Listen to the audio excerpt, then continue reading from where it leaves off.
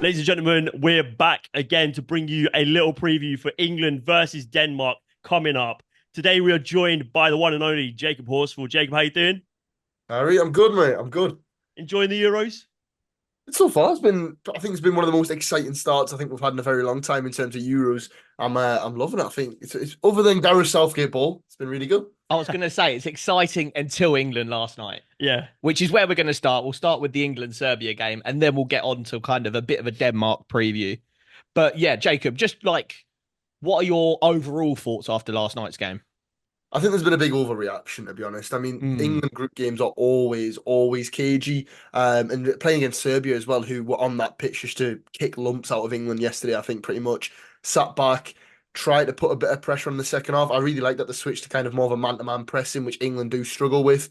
But we showed a bit of, I don't know, a bit of something that I've not really seen from England before, a bit of ability to adapt and kind of show that we've got that tournament experience in the squad.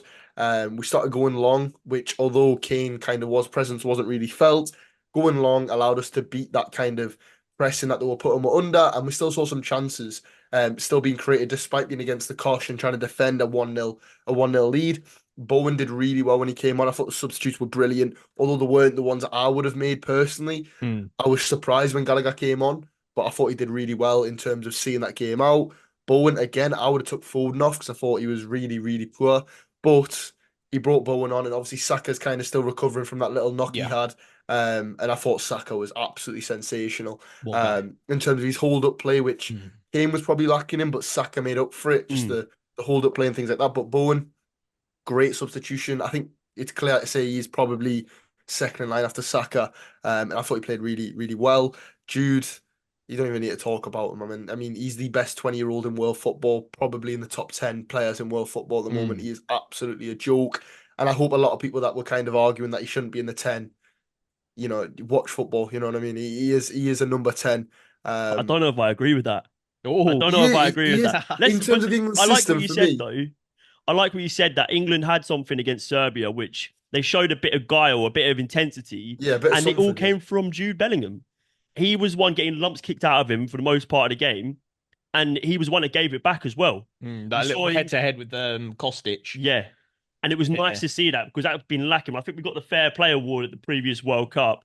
We did got a yellow card into our final game against France, and it's nice to see us having a bit of grit between our teeth. We've not had some of that kind of like, yeah, a bit of shithousery, you know what I mean? And you need Yeah. it. You need it. And Bellingham has it, but he walks the walk as well. Yeah, I mean, I think there was that thing when he turned three of them, and then one of them tried to scout him and he started laughing in the faces after they'd kicked them. And it's just like you Yeah. need that. You need a but bit that's of what I mean, brings look at Wazza when Rooney came on the Yeah, scene. that's who That I bit of thought of. just Yeah. that fight, that bit of feistiness. And I it thought Jude, immediately injects just some unreal. intensity into that game Yeah. for Yeah, England. kicks off. Because Serbia, we knew what they were going to do. They were going to try and rile us up. They were trying to hit us on the break or get something from a set piece, and they were going to Mm. kick lumps out of us. And it was clear from the first 5, 10 minutes.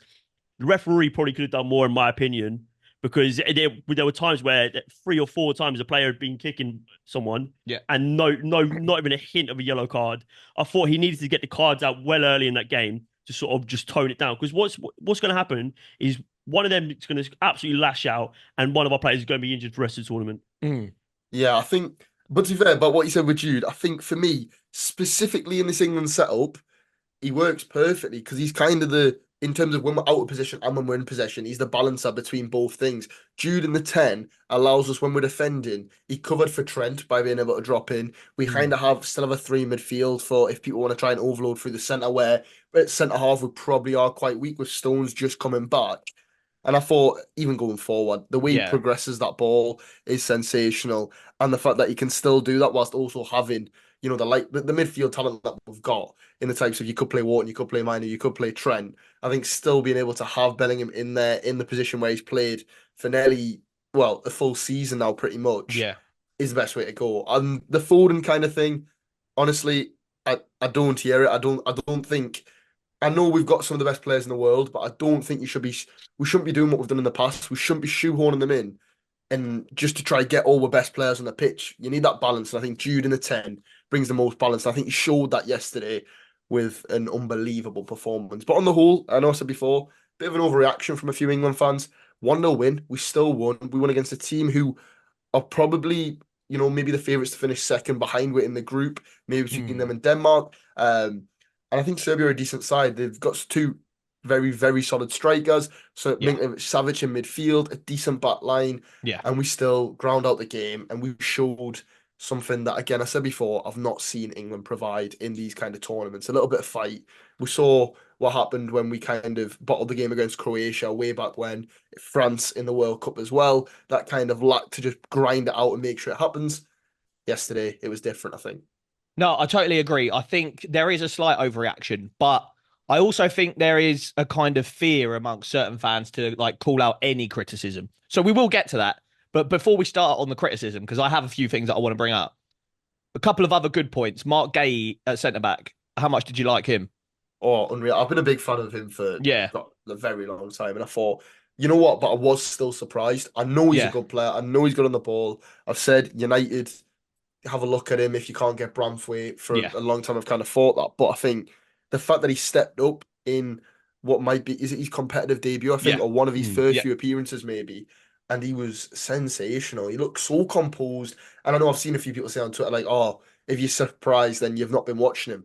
I don't think people realize how different it is playing in the yeah, Premier League against Man City, Liverpool, whatever, and playing an international tournament for England away in Germany. The pressure that's on you to be thrown yeah. into the deep end in a game like that against two massive physical set Massive, yeah. strikers in He's not a Vlahovic and massive centre Mitro. back, is he? And to No, go he's up not. He's against not big. Mitro He's and not massive. Vlahovic was Yeah, no. he was imperious. And it's also so impressive the fact that he's gone into that and he's playing alongside John Stones, who he's never really played with before. Yeah. He got what 45 minutes against Iceland or Mm. Bosnia, I can't remember who it was before he went off. And he was not out of place at all. He was fantastic. Yeah. And I thought he was one of the highlights of that game. But someone we need to talk about is his decision to play Trent in the midfield. Yeah. Where do you stand on it? I get it. I think Trent being in the side isn't a bad thing. However, I think against them sides that are going to try sit a little bit deeper, I would probably a bit more out there. And I'm not going to say it's not risky because it definitely is with his age, but I think I'd play Wharton next Same. to Rice because also I Yeah. think it also facilitates kind of Rice being a little bit more advanced, which I think Rice needs to be. I think not needs to be, sorry, but I think that's where he's better as more of an advanced, maybe number 8, Yeah. getting forward and stuff, which is what he does for Arsenal so well. He's kind of developed from being that number 6 that he once was to now being a number 8, which he's done. He's gone from centre back number 6 to number 8. And I Yeah. think the best way we're going to get the most out of that midfield, you play Wharton. But then you've got the problem with Trent, and I think Trent 100% deserves to be in that side. And although he wasn't great yesterday, what do you expect? He's played what 6 games in midfield, and that's including sub appearances probably. And they're pretty much all for England. Like he's not a midfielder, and he doesn't understand the level of kind of everything's going on around you. When you're Yeah. right back, you've got this so much space. He's not necessarily used to playing with his back to the goal. Having to turn out like Wharton does I think so that's my well. thing with Trent. I think his like football IQ is a little bit too slow to play in midfield. I think it's like relative to the position he's in. When he's Yeah. at right back, he's levels above. He sees things that other people 100%. don't see. Yeah. But when he's in midfield and he's got everyone coming through the back of him, he's having Yeah. to take little touches to get away. He just doesn't have the experience playing in midfield to be dropped in a Yeah. major tournament for England. I think it's unfair on Trent, to be honest. I really don't think the midfield is his position either. I think from right back he has more time on the ball. Yeah. Right backs Yeah, are yeah. far less pressed than defensive midfielders are, and it's under that press where he struggles. He panics. He plays loose balls. He lost possession, which gave Mitro a shot yesterday. And for me, when he plays in right back, he's got more time on the ball, and he's also got a wider view of the pitch. In that condensed area, it's very compact. There's a lot of things going on. There's a lot of movement. From right back, he's only really got to be worried about their left winger and maybe their 10 or their striker coming into him. And he's also got the out balls. Yeah, I think in that midfield, obviously, like we said, it's his first time properly playing there in a big game. But I didn't see him do any of those Trent-esque diagonal passes, maybe one towards the end of the second half. And I think, obviously, like I said, it's first time playing there, he's probably still a bit getting used to it. But I think, like you said, just playing where he's comfortable. I think as well, the issue is in the midfield, he hasn't got the range is shorter. The range is shorter, and he's also being hampered by the fact that Harry Kane doesn't hold the line. Harry Kane comes deep to look for the ball, which is something we said time and time again. Had it been Ivan Toney up top, or someone, or even Ollie Watkins, who might be looking to break the line, it'd be different. We'd be able to utilize Trent's strengths more. And what he loves to do for Liverpool is to do that diagonal over to Luis Diaz on the left-hand side. We got no Yeah. one. But no one's there. Trippier's never there. If you look at Trippier yesterday, all his passes were to Jude Bellingham, who was drifting out wide Yeah. because Foden kept drifting in. Yeah. We have no one who brings any width on left-hand side. And I think that's the main issue here. The main issue for England is that no one is bringing any width to that left-hand side. Yeah. We had two successful crosses into the box, both came from the right-hand side with Saka and Bowen. We scored from one of them, and Kane should have scored from the other one were it not for a great save from their keeper. Let's move on to Foden. Is he problematic? If we you alluded to it earlier? Are we just shoehorning him for the sake of having him in the team? Yeah, I think the whole side in general, this starting 11 that we've got right now, increases, maybe double if you have Luke Shaw at left back. I just think the whole dynamics of the team, even when you talk about Trent there, I think Trent probably looks better because he has that out ball to the wide side. I think someone like Kane probably looks better as well. He's a little bit more supported because I think then when you've got, even if you keep Walker at right back, let's just say we've got Walker right back, Trent staying in midfield, but you put Luke Shaw left back, you end up having more of that kind of 3-2-5 kind of setup type thing, which I think is so much better. That means Foden, you get more joy from Foden because Foden's going to be coming inside as like almost as any Lugo said, a second number 10. Yeah. And then you have Luke Shaw as the one holding the width, Yeah. and Bellingham, just doing what Bellingham does, let him do what he wants, go beyond the strike or whatever. However, right now we're not going to have Shaw to the knockouts. Realistically, I'd start Anthony Gordon and I'd drop Phil Foden for the totally game agree. against Denmark. Should we quickly talk about what Denmark? Yeah, let's talk about what Denmark are going to bring to the game, and then we'll sort out our starting 11s and get a score prediction. So Denmark drew 1-1 in their opening game. Yeah, they started off quite strong. Christian Eriksen on the score sheet. Yeah, so it's a weird game because I thought Slovenia looked good, but most of their chances were like long shots from Sesko and a couple of the others. But for me, Denmark did dominate the game. I think they had 66% possession or something like that. Yeah, they're a team with maestros in their midfield, the likes of Pierre-Emerick Højbjerg. Yeah. And they've got Højlund. Yeah, Højlund. Then they've got Eriksen. Yeah. They've got Rasmus Højlund up front as well. I mean, they're a big team. They've got set piece technicians as well. And most of their threat came from their set pieces against Slovenia. But there was the ability to hold them to the ball and negate the opposition was sort of what saw them get over the line against Slovenia. Because going forward, I thought they looked lackluster, direct. Yeah, what's your take on Denmark, Jacob? I think, to be fair, two solid teams going at it in that game, and I think there's a lot to like about Denmark, same as there's a lot to like about Slovenia as well. Two solid sides. Again, you mentioned Sesko, but then at Denmark you're looking at Højlund, things like that. Two massively highly rated young strikers, and I think Denmark will cause a lot of issues for England. Even with the way they're set up, playing with that deep out block, they're going to be going out with a 5 at the back with Højbjerg sitting as well in front of that.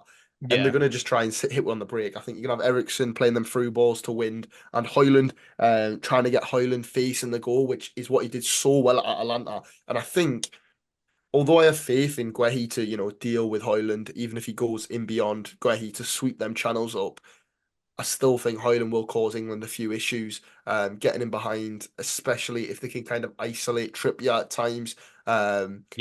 Defending, he's not a natural left footer, pushing him by the byline. However, again, I still think it should be a win for England, really. I mean, the defence, the 3 centre-halves are decent. Christensen, okay, Vestergaard, bang average. Anderson, pretty good, to be fair. Not at the best end to the season, I don't think. Had a little bit of a rough spell. But it's still a very good centre-half. Schmeichel, again, still, we know Schmeichel, solid goalkeeper. But I still think they could do something, but I don't think it's very likely. I'd say probably 2-1 England is what I'd expect. Maybe not a clean sheet this game, but England will have to go for it a bit more than they did against Serbia. I think they'll be a little bit harder to break down, I reckon. Yeah, I look at them as like they set up pretty similar to Serbia in the sense of 3 at the back, 2 up top. And I think, like you said, it's going to be tough. I think they are just a slightly better Serbia in terms of each player. Mine is probably the 2 strikers. Each player is probably slightly better. But I think what I like about this Denmark team is the back 3. You got Christensen, great ball player. Anderson, great ball player. So I think I worry about those kind of long balls to Højlund and dealing with them because I feel like, if even on Kyle Walker's side, I think if you a good ball over that side, I think he can be got at. And then obviously Trippier, we know he can be got at for sure. Yeah, I Yeah. worry about those kind of diagonals from I think the biggest worry Christensen. for me at the moment is Stones. I thought he was, other than Trippier, out of the people that are probably going to go Mm. deep into the tournament, I think Stones was my biggest worry against Serbia. He just didn't look back up to it. He looked like he did in the FA Cup final, and I think I'm going to say And that's then down to Højlund his could get at injury. that. Yeah. Yeah, I'm going to say it's down to him just coming back from the injury. He is very sensitive to that, but he didn't. There was mistakes there, Yeah. few sloppy passes. In the duels was the one I noticed the most, getting just pushed off the ball, which isn't John Stones. He doesn't get shrugged off like that. And Højlund will do that to you as well. Yeah, Højlund will get his body in, draw Yeah. fouls, and again against the big teams like the Serbias, the Denmarks, Yeah. them kind of teams, they want to do damage from set pieces, and I think they will do that if they get the chance. I mean, we saw what Denmark can do before from set pieces when they did when Damsgaard scored that free kick against England, but I still think we should be okay. I mean, Højlund again, very promising, but he's not. I don't think he strikes fear into you just yet. He's Yeah. done well, but he's not one of them where you're thinking, going, oh, how are we going to cope with him? How are we going Yeah. to handle him? Like maybe a little bit of a better strike, like someone like Mbappe sort of Yeah. thing. Yeah. You're terrified of playing. He's going to score. Yeah. Højlund, if he turns up, will cause issues, but equally he could, which he has done a few times this season, Yeah. Even 50-50. He could just again disappear in that and game not against touch the ball. Slovenia, he didn't look that good. No, I completely agree. Are we all thinking that Gareth's gonna go with the same lineup again? I think he could well drop Foden. Who would be your starting 11? Let's run through our starting Yeah. 11s. Jacob, I'd start with you. Pickford in goal Yeah. again. I think what has he got the joint most clean sheets in English goalkeeper history now, or something like that, or might be one away or something like that. But I'm pretty sure you hit it this tournament. Yeah. Walker at right back, Stones, Guéhi, Trips. I mean, you don't really have any other option at left back, I don't think. Yeah. Then in the middle, I'd have Rice, and then you've got the argument for Wharton or Mainu. But I think it's risky. Wharton's so young still. Mainu, we know he's got the talent. We know he's got the kind of that about him. But again, is it still a little bit too early for him? He can ghost in and out of games, which is expected, and Yeah. no disrespect to him. But at that young age, having that pressure in this kind of position, I mean, I'd start him if we win and then start him on Tuesday. But in this game, I think I'll just stick with Trent, and then Bellingham, Gordon, and drop Foden, Saka and Kane. I think that for me, I don't think we should be tweaking more than one thing going into this, unless Luke Shaw magically, has some magic mushrooms in his back for it. Yeah. But I think you can't take Trent and but Gordon in as well. Although that could be the right thing. I just think in this tournament football, you don't want to make too many changes. And I think Gordon coming in would make more than enough change. And then, bring Phil on the bench for Saka or something like that at half time. No, I like it. I think I would make one more change, and that is moving Trent back to right back, ditching Kyle Walker and bringing in Andy Morton, because I think my worry is that this Denmark midfield is a bit more aggressive and just a bit more clued up than the Serbia ones. And I worry that if like Højbjerg or Eriksen or Hjulmand, I can't say his name, but if they pressed Trent properly, he'll get got at and lose the ball. So I think I'd rather just get Trent out of this midfield for this game. Yeah, I'm 100% with you. I'd go Trent right back and I'd get rid of Trips. I'd play Joe Gomez left back. I think having three big players in there is going to be important when it comes to defending from set pieces. So having three centre backs as well means that in possession we can drop to three at the back. Yeah. Trent can get up on the right hand side as well, and it gives us that more width. And I think Joe Gomez as well, he could play that inverted left back quite well. We've seen it for Liverpool where he arrives in that sort of top left hand corner of the box, and he's an outball at that point. You could have Trent pinging balls to him; he's going to get his head on it. I'd have Anthony Gordon out wide on the left, and in the middle, pretty much changing the whole team. Well, yeah, and in the middle, I would have Jude as the left eight. I think he's physical. I think he's going to get at the Denmark midfield as well. If not, I would drop Foden, play Jude in the 10, and have Gallagher next to Rice, because I think just having legs in that midfield, they've got old man midfield. They've got an old man midfield. You got a bulldog in there; he'll get at him. I just don't think make the passes early. I just don't think you can move Jude from the 10. No, I agree. I think Jude I don't think you can so do it. So then Rice, Gallagher, and Jude in the 10. Yeah, Before yeah, that I think left. that's fair enough. I thought Gallagher was pretty decent to be fair, but I just think with Jude's goal scoring record, I think kind of Southgate's plan. I know a lot of people have got it Kane, but I think it might be could be part of the plan. What Real Madrid did in the UCL final was use Jude to pull the centre halves and then allow Vinny and Rodrigo to get on the ball. Yeah. I think potentially Southgate could be looking at doing something similar. Use Kane, let Bellingham go beyond or arrive late. I mean, if you look at the goal actually itself, Kane takes two, Foden And goes Jude arrives, across, and yeah. then Jude's got a pretty much a free header, or he's arriving onto a Yeah, ball yeah. on top of a defender. Yeah. So I think for me, Jude as a number 10, I think he's kind of, although I understood it going into the tournament, because obviously I've not watched a load of Real Madrid. I've watched, bits and Yeah. bobs, but I And think it's now hard to he's kind ignore of, Foden player of the season. yeah, yeah, definitely. I think Foden in an ideal world you get both Yeah. of them in, but I just think Yeah. until Luke Shaw's back, June the 10 and Foden on the bench, Yeah. it's just kind of it just makes a lot of sense. Whether Southgate will do it, I don't know, because again, he's having to make that decision on, yes, mate, you're good enough, you're probably better than some of the players in this team, but I'm gonna have to bench it. It's a big I think what decision. he It's a likes. big decision for a manager that, in my opinion, struggles to make big The only decisions. reason I think he likes Foden is because Foden's ball retention. He keeps the ball for England all the Mm. time, Yeah, But and even he but but struggled with that a little but bit. then even still, it's negative. It's Yeah. sideways passing. I think he created one chance last night, and it was a to, pass outside the box. It shouldn't have been counted as a chance. to be fair, later on, like in the later bits of the game when we were kind of, trying to get out of the press, I think he did all right, to be fair. He won a few Mm. fouls, got forward a little bit. But yeah, like you said, I mean, then again though, Southgate made some big calls going into this tournament. True. In the likes of dropping Grealish, not And taking Rashford, Rashford, yeah. dropping Jared Bramthwaite, taking Adam Wharton and Mainu. So I mean, maybe we're seeing a new generation of Southgate, Yeah.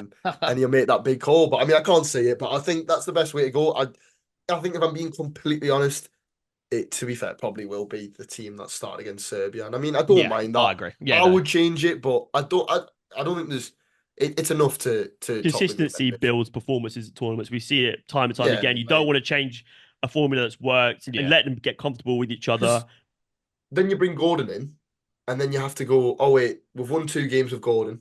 Now we're going to bring Foden back in, and we're going to bring Luke Shaw in going at the knockout game. And that's a lot Yeah, of that's so change. true. That is so true. Um, Score prediction? Uh, start with you, Jacob. You said 2-1, didn't you? Is that you sticking yeah, I with think 2-1 probably 2-1 unless we turn up 2-1 2-0. That's between them two. I smashed the last one. I said a 1-0 stink fest. I think this one won't be as stinky because if it is, the overreaction from this game will be even Oh worse next game if it stinks again. yeah. So I think it will be a bit of a performance to push on from. I'm going 3-1 England. Yeah, I completely agree. I think Gareth would have said to the boys in that first game is do what you can, but just don't lose that first game. If you lose that first game, you're immediately on the back foot. And we know what kind of manager he is. He's not worrying about how you get through the tournament. It's just about getting through it. Yeah. Just get through the group stages, get through the round of 16. Yeah. And I completely agree with you. However, I think this game will be more open. And I think England 3-1. 3-1. All Yeah. right, nice one. Harry Kane to Off. get to. Harry Kane needs to pull his finger out, mate, because He's gonna silence the haters. Jacob, thank you very much for joining us again. Do you want to plug your channel real quick? JacobHorsfall on everything. Talking loads of Euros content coming out now that we're in the best part of the year. Yeah, Jacob's links will all be down in the description. If you do want to check out our stuff as well, Board Draw pretty much everywhere. Board Draw Pod on Twitter. Head over to our TikTok because we're going to be pumping loads of content out on there as well. But yeah, boys, enjoy England versus Denmark on Thursday. You've had your preview here. Now you just got to watch it. It's been Board Draw with Jacob Horsfall, and it's live.